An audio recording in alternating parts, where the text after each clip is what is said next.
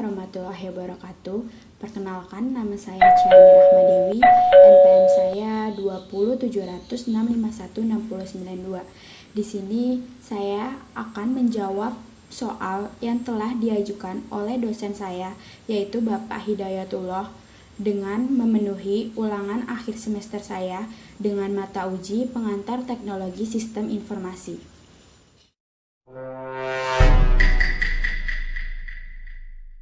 Karakteristik media dalam multimedia yang bisa saya jelaskan itu ada 3. Yang pertama itu memiliki lebih dari satu media yang konvergen.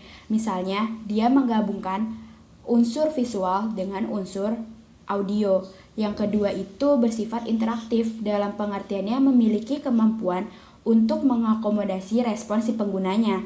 Yang ketiga itu dia bersifat mandiri, dalam pengertiannya ini dia memberikan kelengkapan isi sedemikian rupa sehingga pengguna bisa menggunakannya secara mandiri atau tanpa bantuan dari orang lain.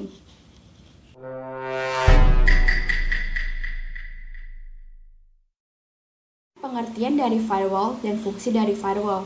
Firewall adalah perangkat yang digunakan untuk mengontrol akses terhadap siapapun yang memiliki akses terhadap jaringan private dari luar. Saat ini pengertian firewall itu dipahami dari segi fungsinya. Lantas apa sih fungsi dari firewall itu sendiri?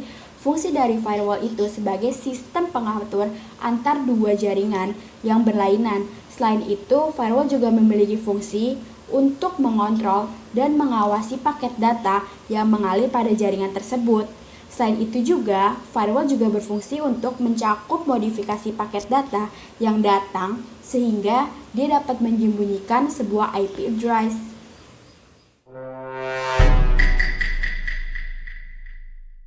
Yang pertama itu ada privacy. Dilihat dari namanya aja, sudah bersifat private atau rahasia. Intinya itu ini pencegahan agar informasi tersebut tidak dapat diakses oleh siapapun. Contohnya misalnya email atau file-file lain yang tidak boleh dibaca oleh siapapun atau bahkan sekaligus oleh admin. Jadi hanya pemilik informasi yang dapat mengakses informasi tersebut.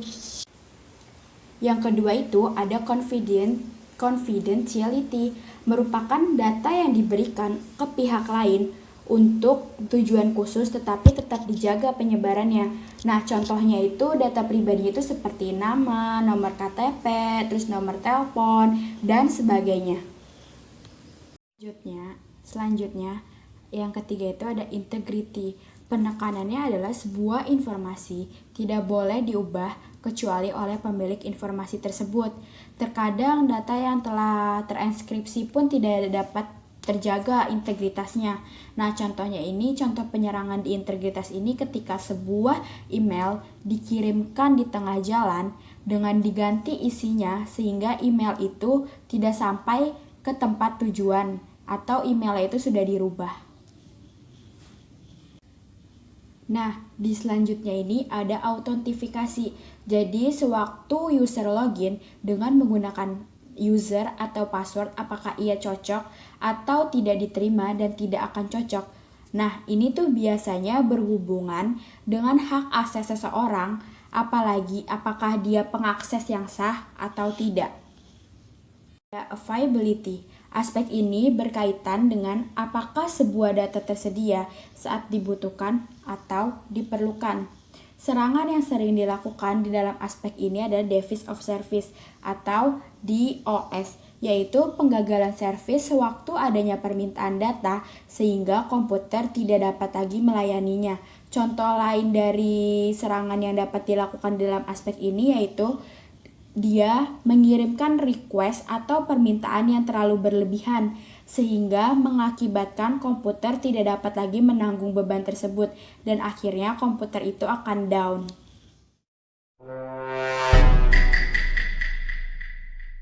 Pertanyaan yang keempat, menurut Anda teknologi informasi ini menggantikan peranan manusia sehingga akan mengurangi kebutuhan pekerja manusia? Jelaskan argumen Anda.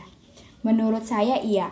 Lebih tepatnya teknologi informasi ini memberikan kemudahan bagi setiap manusia, tetapi Jika kita terlalu dimanjakan oleh teknologi informasi ini, kita dapat dikalahkan oleh teknologi informasi tersebut, atau bahkan peranan manusia itu akan benar-benar digantikan oleh teknologi informasi tersebut.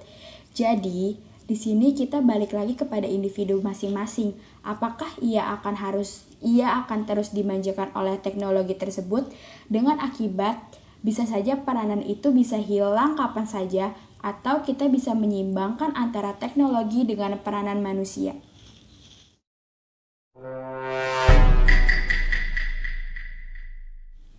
Pertanyaan yang kelima, prinsip dasar, apakah yang dijadikan acuan teknologi pembelajaran dan apakah tujuan utama dari teknologi pendidikan? Nah, prinsip dasarnya itu ada 3. Yang pertama itu menerapkan pendekatan sistem. Yang kedua itu berorientasi kepada para peserta didik. Yang ketiga itu menggunakan sumber belajar seluas mungkin. Selanjutnya, tujuan dari teknologi pendidikan itu yang pertama itu untuk memecahkan masalah dalam belajar. Yang kedua itu untuk meningkatkan kinerja pembelajaran.